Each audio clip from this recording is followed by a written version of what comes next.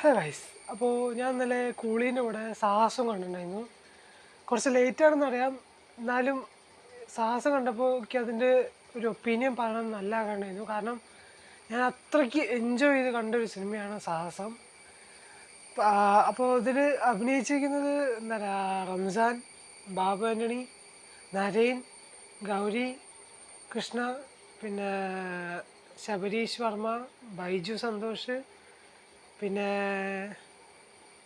ജീവ, അങ്ങനെ കുറേ പേരുണ്ട് ഇതിൽ. എൻ്റെ ഒരു ഇതിൽ എനിക്ക് നല്ലോണം തന്നെ എൻജോയ് ചെയ്ത് കാണാൻ പറ്റിയൊരു സിനിമയാണ് സാഹസം. ഇതിൽ സെക്കൻഡ് ഹാഫൊക്കെ ഫുൾ കോമഡി, ലാസ്റ്റ് ക്ലൈമാക്സ് ഒക്കെ അടിപൊളിയായിട്ട് ചെയ്ത് വെച്ചിട്ടുണ്ട്.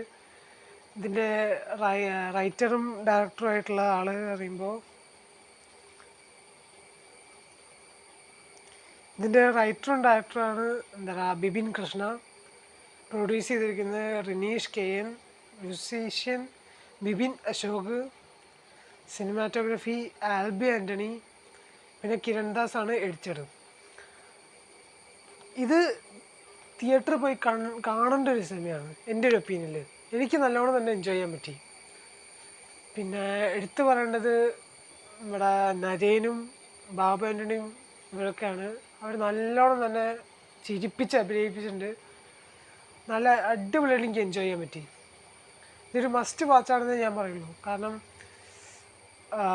ഈ ഓണത്തിൽ വന്നതിൽ തന്നെ ഒരു കോമഡി മൂവിയായിട്ട് കണ്ടത് ഞാൻ സൂഫ്രംസോ കണ്ടിട്ടില്ല, കാണാൻ പറ്റിയില്ല, തിരക്കായിപ്പോയി. പക്ഷേ സാഹസം ഞാൻ കണ്ടു, രസമുണ്ട്, അടിപൊളിയാണ്. പിന്നെ എടുത്തു പറയാനുള്ളത്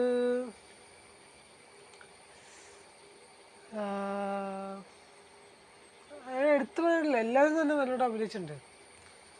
അപ്പോൾ നിങ്ങൾ ഈ സിനിമ കണ്ടവരാണെങ്കിൽ താഴെ കമൻറ്റ് ബോക്സിൽ പറഞ്ഞോളൂ.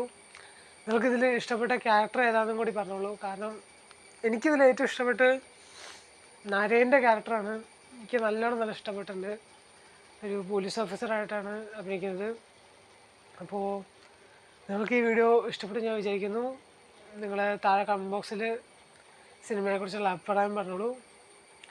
അപ്പോൾ അടുത്തൊരു വീഡിയോ വരുന്നവരായിരിക്കും. Thank you for watching.